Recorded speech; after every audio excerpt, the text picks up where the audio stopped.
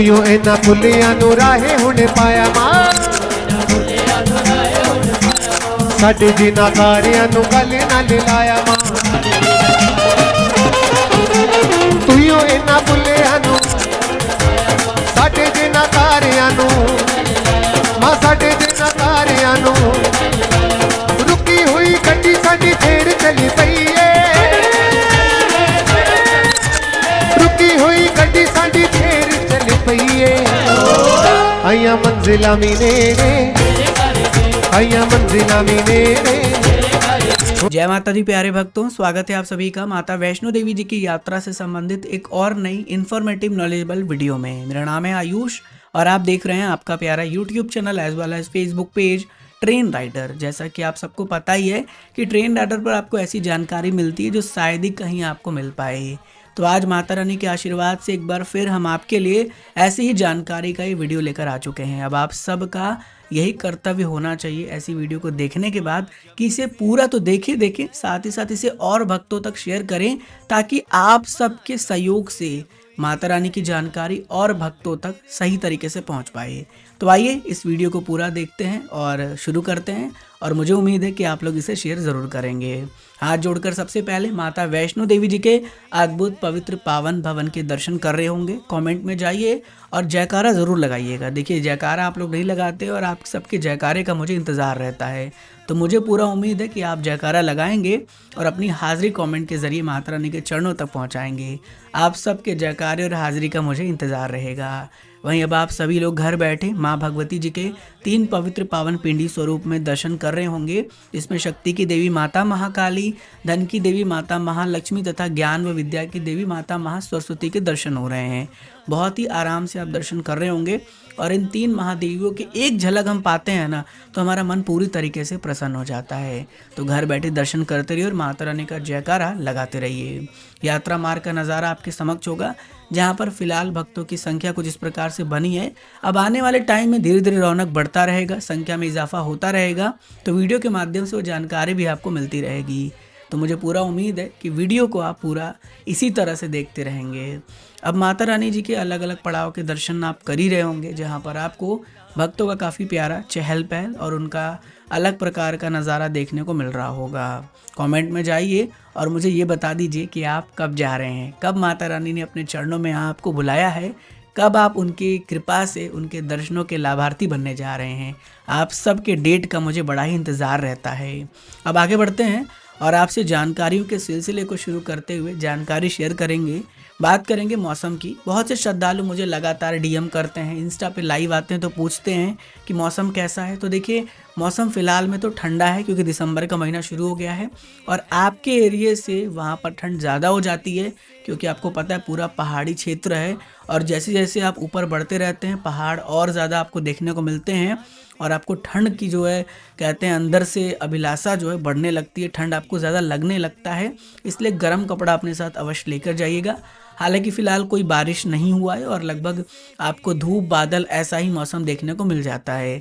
लेकिन फ़िलहाल कोई अगर एडवाइज़री आती है JNK गवर्नमेंट के डिपार्टमेंट द्वारा, जो वेदर एडवाइज़री का उनका डिपार्टमेंट है, या फिर भारतीय मौसम विभाग द्वारा, तो आपको सूचित जरूर किया जाएगा। उसके लिए आप अपडेटेड रहिएगा हमारे चैनल से ताकि एक सही जानकारी आपको शेयर की जाए। क्योंकि देखिए फ्यूचर में हम बिलीव रखते नहीं हैं कि ऐसा हो ही जाएगा या वो चीज़ सही भी नहीं होता है, तो घबराना डराना ये करना हमारा कर्तव्य नहीं है। हमारा कर्तव्य सिर्फ इतना ही है कि जो चीज़ें चल रही हैं वो आपसे शेयर की जाएं। अब माता रानी जी का नाम लेते हुए आगे बढ़ते हैं और आपसे शेयर करते हैं कि इस समय दर्शन भक्तों को कैसे हो रहे हैं। देखिए माँ भगवती जी की कृपा अनुसार भक्तों को बहुत ही प्यारे तरीके से दर्शन हो रहे हैं। किसी प्रकार से कोई प्रॉब्लम नहीं है, बहुत आराम से दर्शन चल रहे हैं। अर्धकुंवारी में भी तो बहुत कम समय लग रहा है, भक्त दर्शन प्राप्त कर पा रहे हैं और माता रानी के भवन पे भी बहुत आराम से भक्तों को दर्शन हो जा रहा है।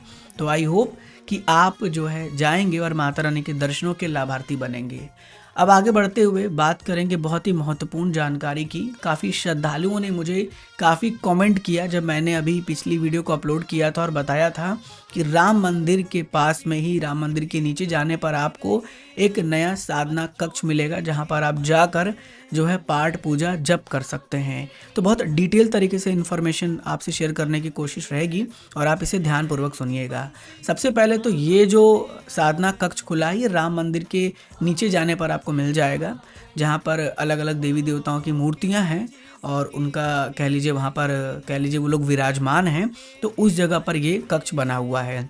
अब आपको बता दें कि ये जो है ना उन भक्तों के लिए बहुत महत्वपूर्ण है जो यात्रा पर जाते हैं और सोचते हैं कि थोड़ा समय बिताएं वहाँ पर माता रानी का ध्यान करें। तो साधना कक्ष में आप जाएंगे और वहाँ बैठ के अपना नाम जप कर सकते हैं। अब बहुत से भक्त पूछ रहे थे कि क्या इसमें कोई पैसा देना होगा, तो बिल्कुल नहीं, ये पूरी तरीके से निःशुल्क है, इसका कोई चार्ज नहीं है।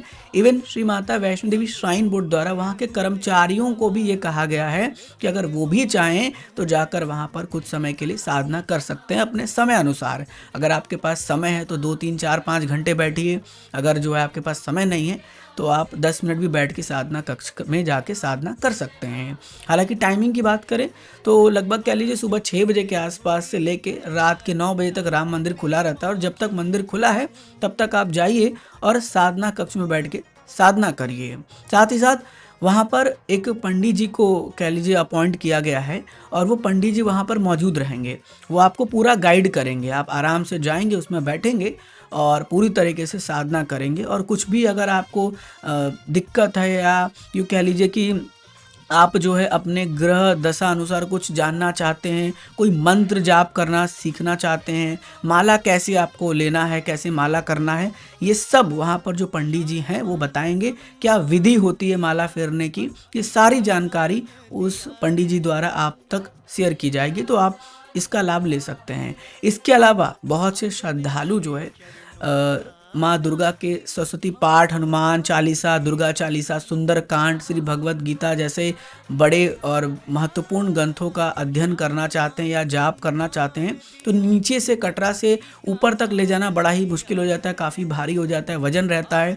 इसीलिए उस जो है साधना कक्ष में आपको ये सब पुस्तकें भी मिलेंगी जिसका आप अध्ययन कर सकते हैं आराम से बैठकर, कोई आपको दिक्कत परेशानी नहीं होगी। आप चाहें तो अपने परिवार के साथ भी जाकर बैठ के साधना कर सकते हैं।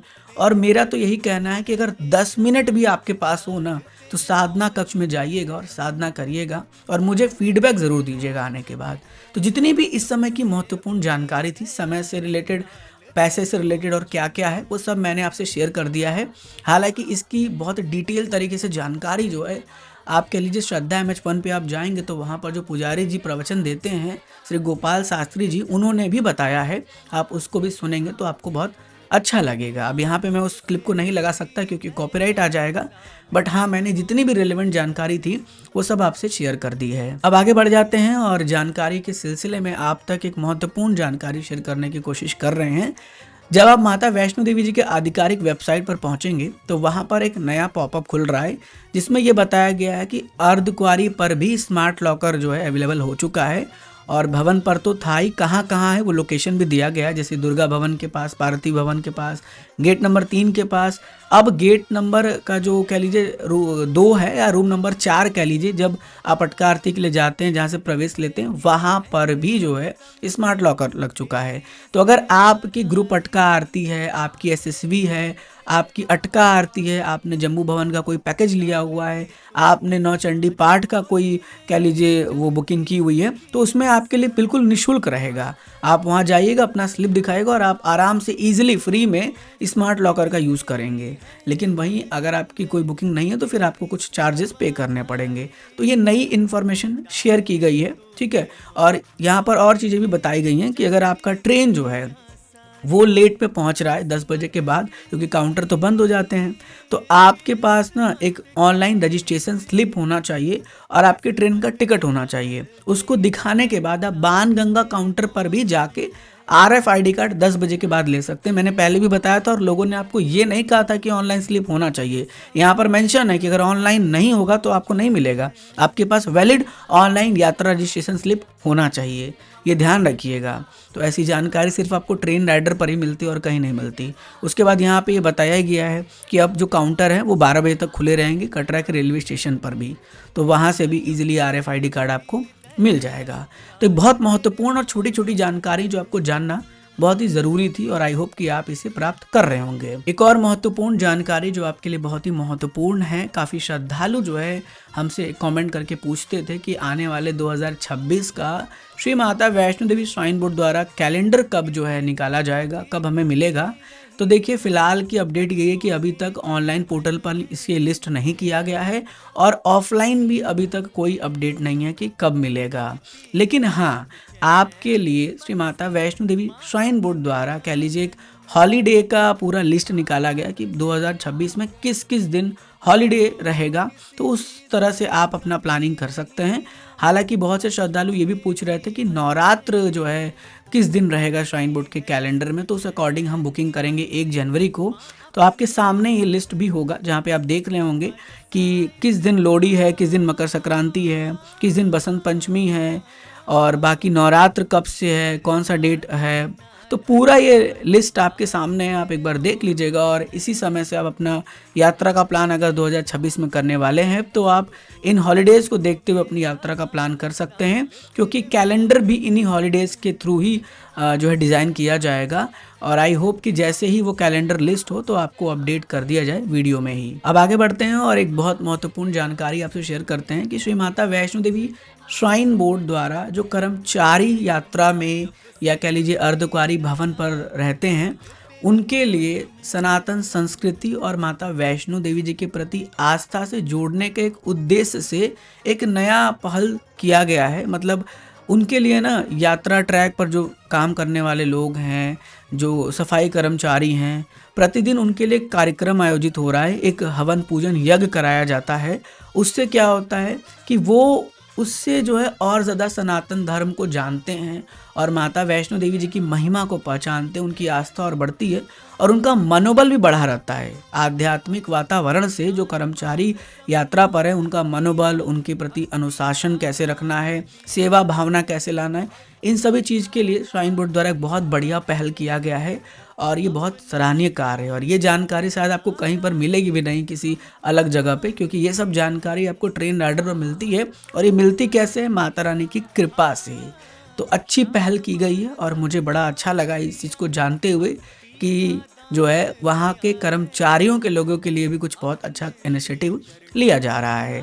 तो ये काफ़ी महत्वपूर्ण चीज़ें थी जो आपको बहुत अच्छी तरीके से बताई गई और आपको समझाई गई। मुझे पूरा होप रहेगा कि आपको बड़े अच्छे से समझ में आया होगा डिटेल तरीके से।